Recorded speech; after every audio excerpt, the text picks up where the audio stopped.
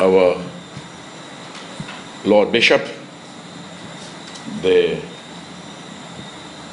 representative of the Ministry of Foreign Affairs, Trade and Development of Canada, Honorable René Batiste, Speaker of the OECS Assembly. I see Blazer Williams, who is the Chairman of the Public Service and Police Service Commissions. I see the Excellencies, the Ambassadors. I see the Senior Public Officers and the Senior Police Officers.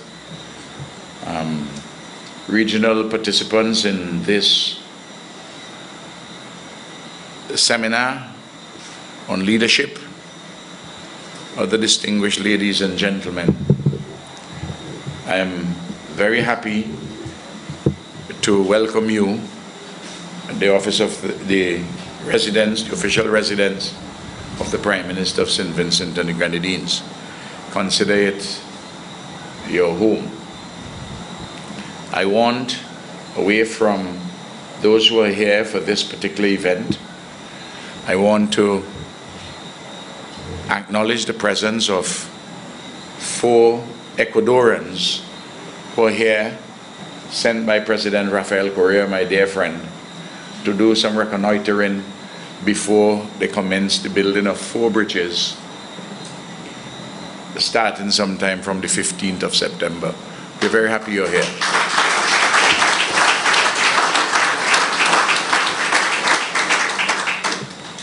I want very much to recognize in a very special way, because I think it's the first time that she's come into the official residence here, our resident judge, who had a former life as legal advisor at the Eastern Caribbean Central Bank. I want to welcome you, Justice Henry.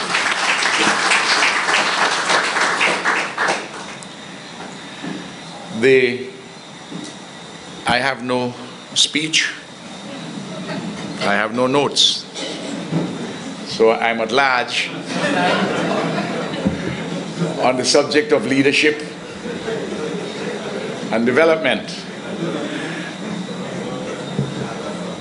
I want to say how grateful we are for the leadership of the Prime Minister of Canada, my dear friend Stephen Harper, who has initiated this program after much discussion among Caribbean leaders and regional leaders, the importance of having quality leadership to drive private and public sector development. We have found in both the private and public sectors a number of highly trained persons in terms of their technical skills and their understanding of the issues and the policies and the programs of their companies, of the government, of the state administrations, but yet seem not to have the leadership skills to take the requisite initiative to have things done. And this is something which is very important, because we can write all the reports, we can do all the talking, we can have all the meetings, but people have to do work to implement all what is agreed upon. And that is the nub of why we are involved in the training for leadership. And getting things done, not just for the entity itself, but to improve the quality of the lives of people and the well-being of the nation. That is what it is about. You may have a lot of complex things written, but fundamentally, that's the nub of the issue. This question of leadership, as you would know from the literature, is quite has gotten quite a great deal of attention, and there are volumes upon volumes written. And there are different considerations of leadership in the political context, in the diplomatic context, in the administrative context, in a judicial context, in the private sector, in civil society groupings. But there are certain fundamental basics for each of the different types of leadership. I noticed that my Lord Bishop has looked at me because I have mentioned leadership in the religious sphere. But I was going to incorporate that in a very important saying which you get from the Catholic Church on leadership, which can be applied to different contexts. The teachers in the church, the Catholic Church, and I'm a Catholic like my dear Madam Chairperson, that once you sing in the choir, you can be Pope. And since I think that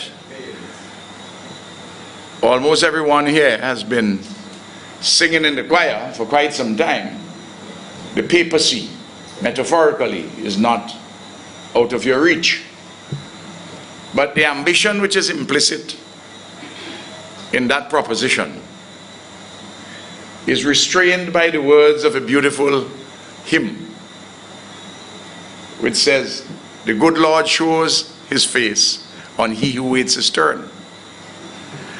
And there are many a man and woman, I've been advised, in politics, in the church, in business, in the bureaucracy, who have been taken away by men in white coats to institutions other than those to which they are normally accustomed, because their ambition has outstretched their capacity to wait.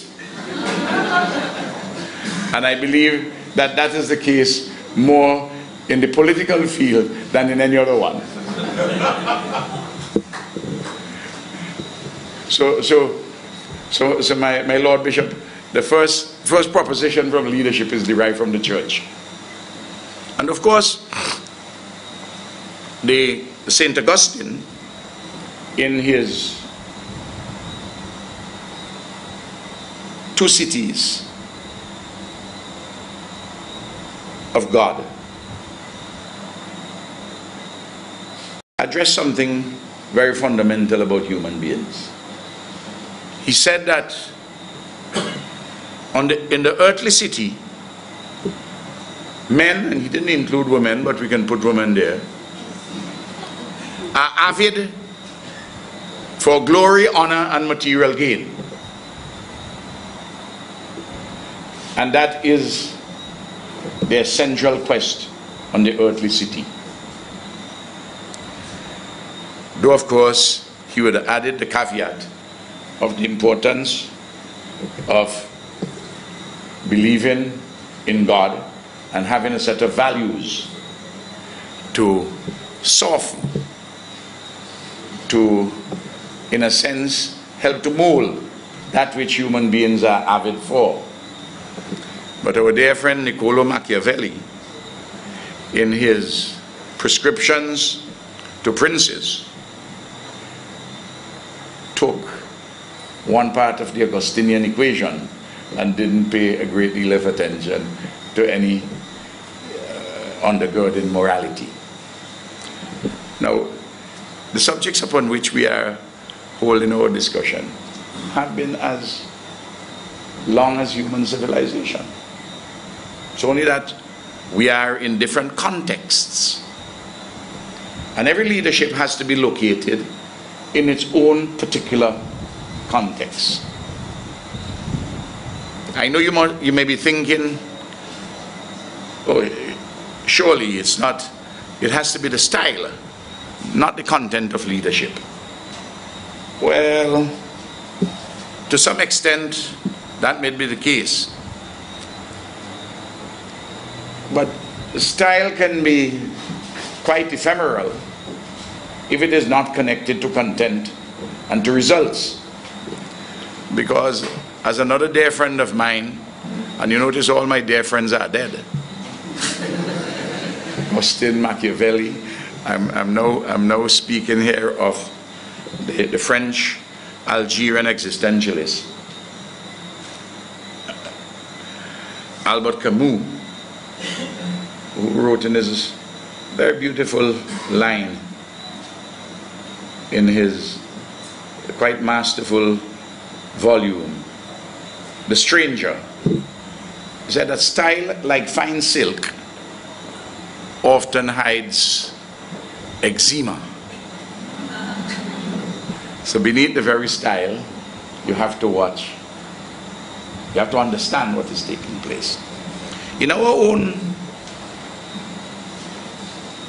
Caribbean context, I've always reflected on the leadership in the political sphere, in business, across the entire spectrum. I can't speak for the church in this respect. The police force and the bureaucracy. A phenomenon which was identified in the 1950s by a political sociologist, Lloyd Brathwaite, writing a path-breaking volume called The Social Stratification of Trinidad and Tobago. And in it, he takes the concept of the authoritarian personality and looked at the history of our plantation system and how we have evolved. And he discerned an authoritarian personality which oscillates between submission and aggression. An easy submission to those whom it is believed are in some authority higher than them. Sometimes the person who may be at the top may nevertheless believe that there's authority higher than him or her, which is part of the nature of the colonial condition. And that submission is within the same personality because it oscillates with aggression towards those who are either who are believed or seen to be at a lower authority level than they themselves.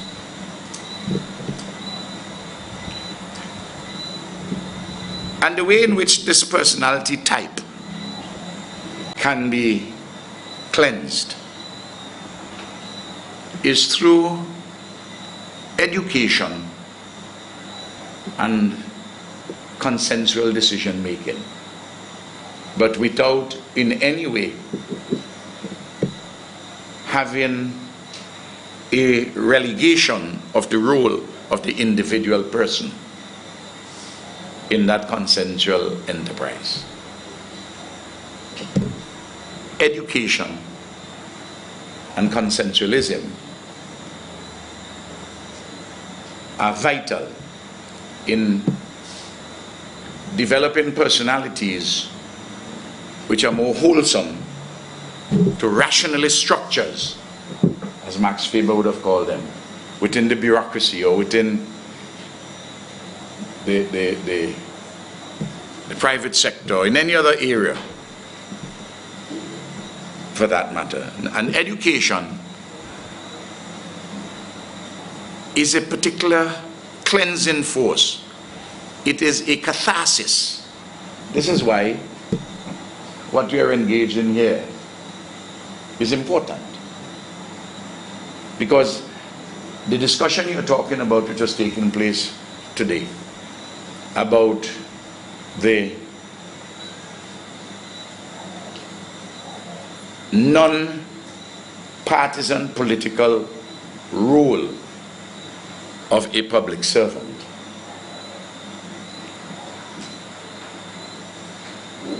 To arrive at a non-partisan political role of a public servant requires, particularly in small societies, a largeness of mind and spirit, but which at the same time recognizes that though you may have someone who is non-partisan in a political sense, you can't be partisan in respect of the policies which are to be pursued.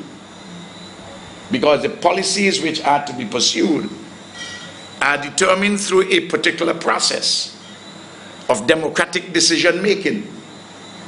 And you can't buck the policies on the belief or on the ground that that is political and that you know better.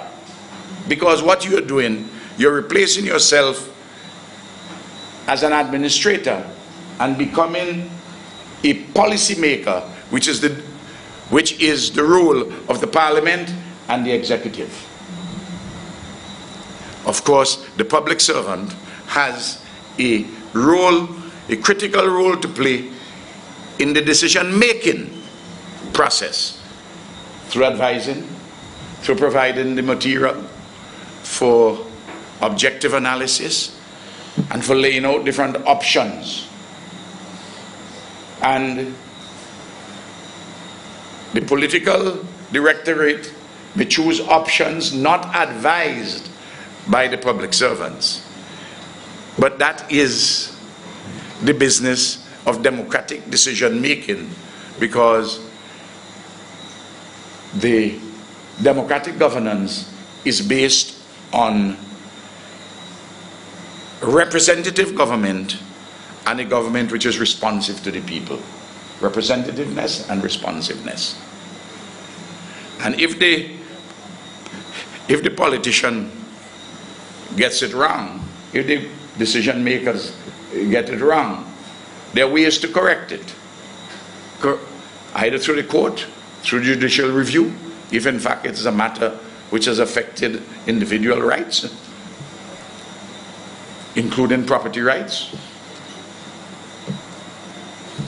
or it could be subject to criticism to the media, through the media, or indeed would come in sharp focus at general elections when people exercise their choices.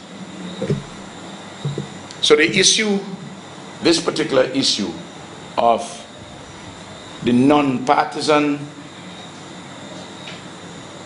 political role of the public servant is to be distinguished conceptually and practically from a public servant which hides behind that, but which acts where he or she acts in a manner to undermine public policy which is agreed upon by the parliament and by the cabinet or whatever is the duly constituted decision-making authority. The context is also important from the standpoint of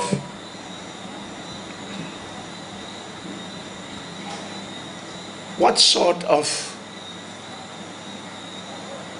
leaders were thrown up in the political sphere, in the public, in the public service, in the private sector. Our culture has evolved as an oral culture, but in which the modern requisites of civilization demand that you're able to write with clarity. Position papers,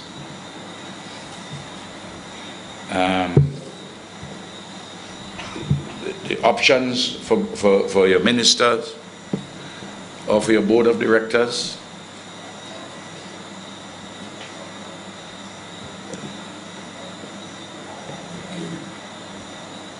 And in this, the culture as it has evolved and this is not something whether you say you like it or you don't like it, I'm talking about something which is observable, is that people follow leaders, whether in the public service or anywhere else, where they demonstrate a particular personality to articulate issues, to write them, and to put them forward with clarity and with great sense. You can't just be a loudmouth. People will disregard you. But it helps that you can communicate to people. It is a vital feature of leadership. In the political field, it is often talked about as charismatic leadership. And in the case of the 1950s and 60s in the Grenadian situation, a political scientist who lived in the region wrote a book, Professor Archie Singham, called The Hero and the Crowd in a Colonial Polity, and sees Gary as a kind of charismatic leader of the type which Max Weber spoke about, of having some special mystical quality to mobilize people, and that he used the crowd as the instrument through which to mobilize people. But this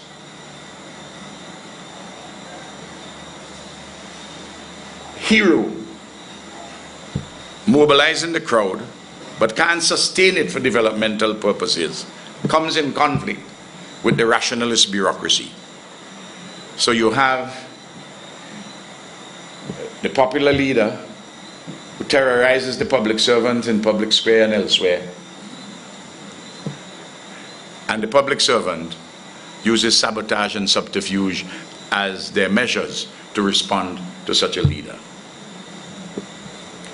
The difficulty with the analysis, either of charismatic leader, or of the hero in the context of dealing with a colonial crowd, or even indeed a post-colonial crowd, is that that analysis ignores the sociological and structural underpinnings of the society, and more particularly an analysis of the people themselves. Why is one person charismatic and another not? Does it have to do with the personality? Or it has to do with the nature of the population itself and the way they respond to particular leaders? Because if you look, we have people here from all over the Caribbean. Bustamante in Jamaica was seen as an extraordinary charismatic leader in Jamaica. But when during the federal period, when you had the elections and you took him out of Jamaica and brought him down to the islands, people laughed at his mode of speech, which to them appeared not to be sophisticated to their ears. But to the Jamaican people, it was a mode of speech which identified with them. Similarly, Dr. Williams, he was a short man who spoke in a monotone. He had a hearing aid. Sometimes he wore dark glasses. But he was able to mobilize, by the force of his intellect, in the University of Woodford Square in Trinidad, thousands of people, and to set alight the torch of liberation. But if you take him out of that context and you put him somewhere else, he may not appear to possess such a mystical quality.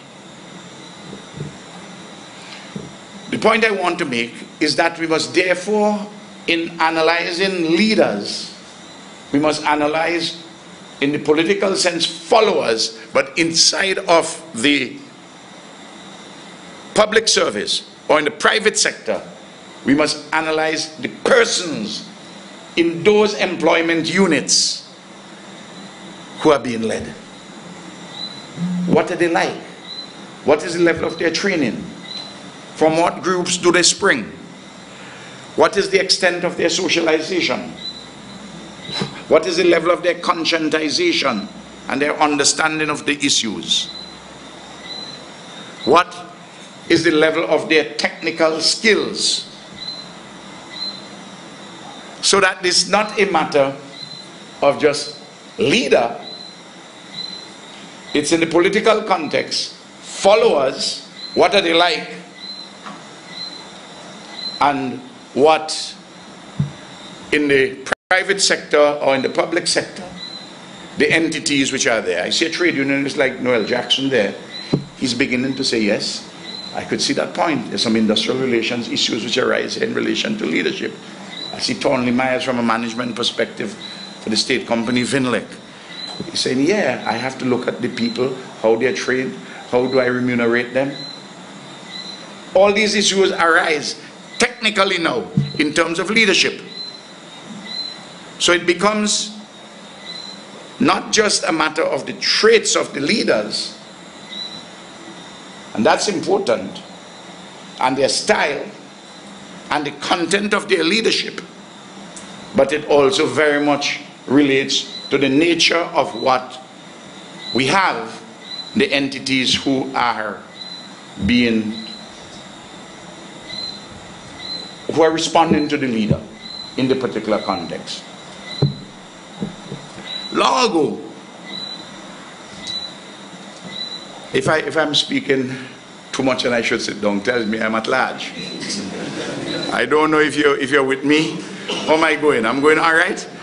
All right. I have to ask it like the evangelical preachers. You know, I mean, I'm not asking for amen. I just want I know the Anglicans don't do that, but the evangelicals do that. Amen.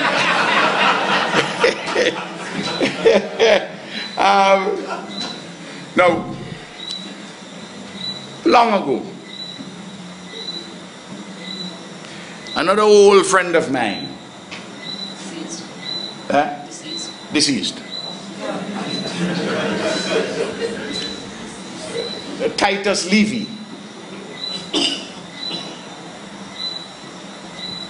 He said there were three types of armies, essentially.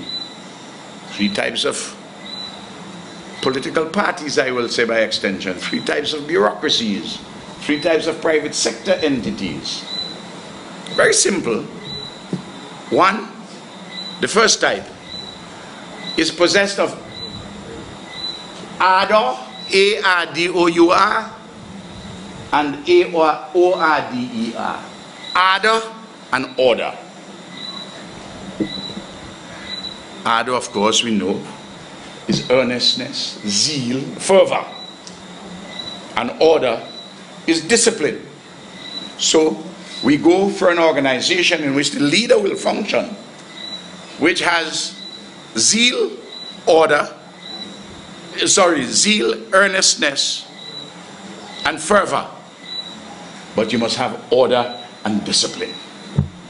There's a second type of organization which has maybe an excess of ardor, A-R-D-O-U-R, but absolutely no order or discipline. And when that happens, you have breakdowns all about. In bureaucracies, in the public sphere, at funerals. It's amazing how it manifests itself.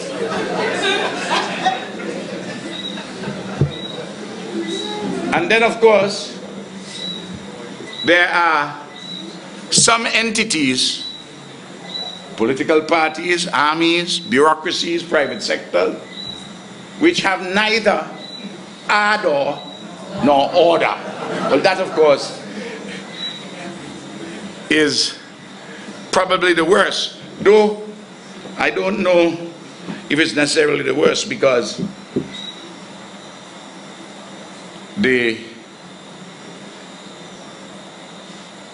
probably it is the W.B. Yeats, you will know him, William Butler Yeats, writing just before the First World War. Another dear friend of mine from Ireland. Yes. He wrote a poem called The Second Coming. And he says that the best of all lack conviction, and the worst are full of passionate intensity. So the leadership must have conviction. They must have a commitment, because passion alone is not important. And if you are not naturally a passionate person, the worst thing you can do is to seek to manufacture passion. Because it comes over in a contrived way. And if you have any commitment, it is lost because of the contrivances which you seek to advance. The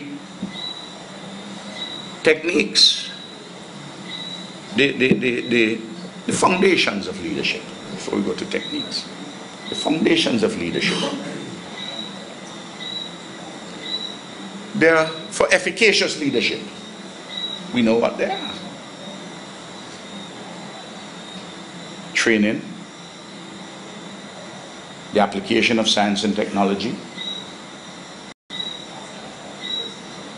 You have to be in communion with those whom you are leading, whether it is a permanent secretary or a political leader or a company manager. You have to bring out the best of the persons whom you are leading. And you have to have all the array of technical skills and sophisticated understanding of all the policies and programs. But you must have alongside that a core set of values of decency, of caring, of humanity. Because I am told that Vorster in South Africa was clinically an able leader, but he believed that black people were permanently inferior, and they set up a system of apartheid so that there was no core, no central core of universal and humane values which attach to them. And that is important for a leader to possess. The techniques of leadership, they differ, they vary. And what works is often seen as admirable. But what works in one context doesn't work in another context. But it can't just be the means, because the means can never justify the ends. Because the ends must have something of goodness and nobility in it. The most challenging quality of a leader, to my view, is one which was addressed by another dear friend of mine, whom I met, whom I knew personally, still deceased, C.L.R. James. C.L.R. James. In his book, Beyond the Boundary, C.L.R. James is discussing in one of his chapters, the West Indies touring team in Australia in 1960, 1961. Remember this, the context. Frank Worrell, the captain, trained at the University of Manchester, a nationalist to the core. He had had a run-in with the old order in 1948, and they had left him off the side going to India. And though he was far superior to people like Atkinson and Alexander, who were Caribbean white men, they chose them over Worrell. So the first time a black man is going on tour to captain the West Indies cricket team, Frank Worrell. He had a disparate group. When they landed in Brisbane, many of them had met each other for the first time. And Australia was the strongest team in the world. And people will tell you, we lost the series 2-1. But when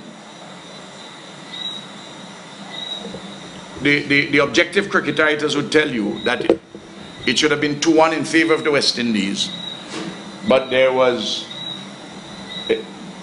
two other persons on the team with Australia, the two umpires.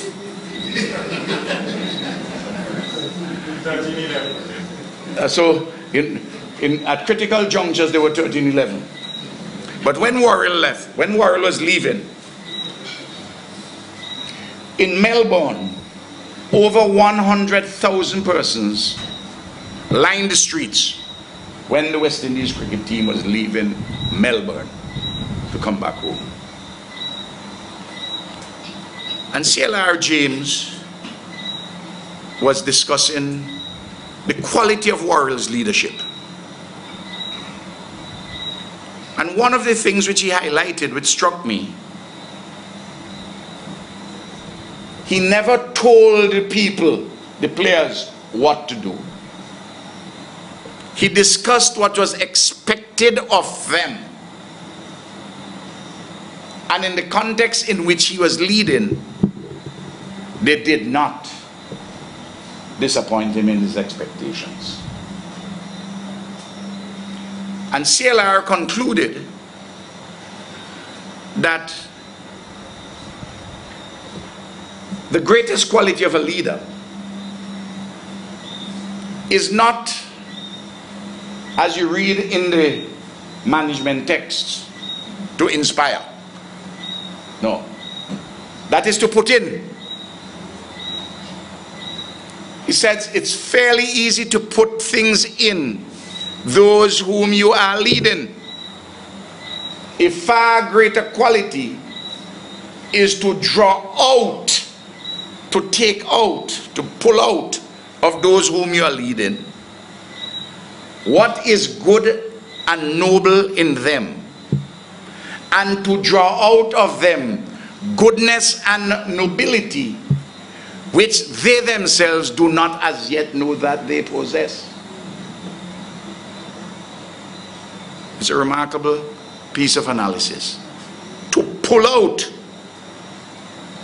of those whom you are leading, to draw out that which is best in them, that which is good, that which is noble, to pull out the goodness and the nobility in them, which at times they may not know as yet that they possess. But when you draw it out, it becomes a revelation to them, and they go to a higher level.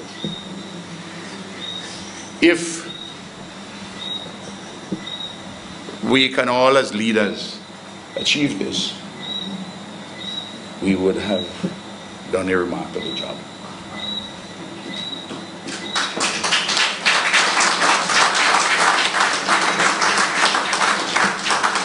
One final point from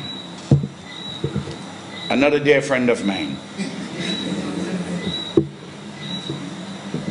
also deceased.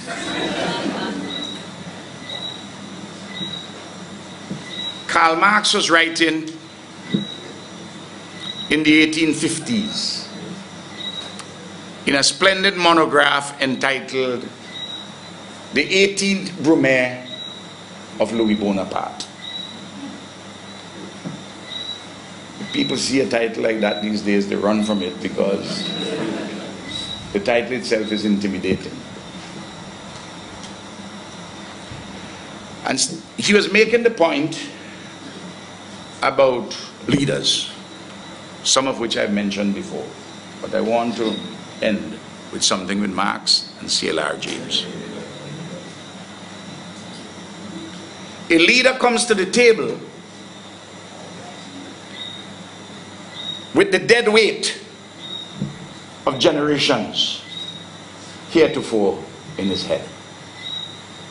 He has to cleanse that dead weight and make whatever has come to him be alive and applicable to his actual situation. The first thing. This is why it's so important to understand those whom you are leading. And that you may hear somebody say, well, this person is a great leader. That person has done that in the public service, in the private sector, in the political arena. Marx makes the point that great leaders, or leaders in general, make history, but only to the extent that the circumstances of history permit them so to make. So you may have all kind of ideas in your head, but the historical circumstances in which you find yourself, the possibilities and limitation inherent in the extant condition, and those possibilities relate to personnel matters, they relate to resources. There are certain things which you can do and make a mark, but in doing so, you make that mark only to the extent of the circumstances of history permit you so to do. C.L.R. James in the Black Jacobins, in his discussion of Toussaint Louverture and the Haitian Revolution, makes the same point.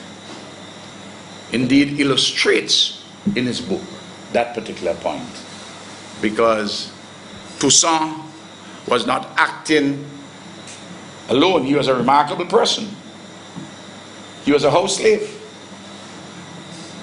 But in combination with the people whom he led, the slaves, and other freed persons who had a sense of nationalism, he took on the might of the French army, defeated them, the Spanish, and also the British who were sneaking. But he was able to draw out of the people the best in them, and to draw out of them that which they themselves did not as yet know that they possess. And that the historical circumstances made it opportune for him to succeed. On Thursday, I will make some of the points when I speak about some of the things which we have been doing in St. Vincent and the Grenadines. But to illustrate, we couldn't build the airport, the international airport which we are building, if Fidel Castro and Hugo Chavez were not around. Those are facts. And if Fidel Castro was around and there was no Cuban Revolution, and if Chavez was around and there's no Bolivarian Revolution, I couldn't kick off. And if Patrick Manning was not in office in Trinidad and Tobago, I couldn't get a certain assistance. And if the circumstances across the Taiwan Straits, where you didn't have tension there, where it became easier to get resources from the Republic of China and Taiwan, we would not have been able to make it. So the circumstances again become critical in how you're able to do this. Of course, real flesh and blood men and women still had to do it, still had to conceptualize it, still had to do the work.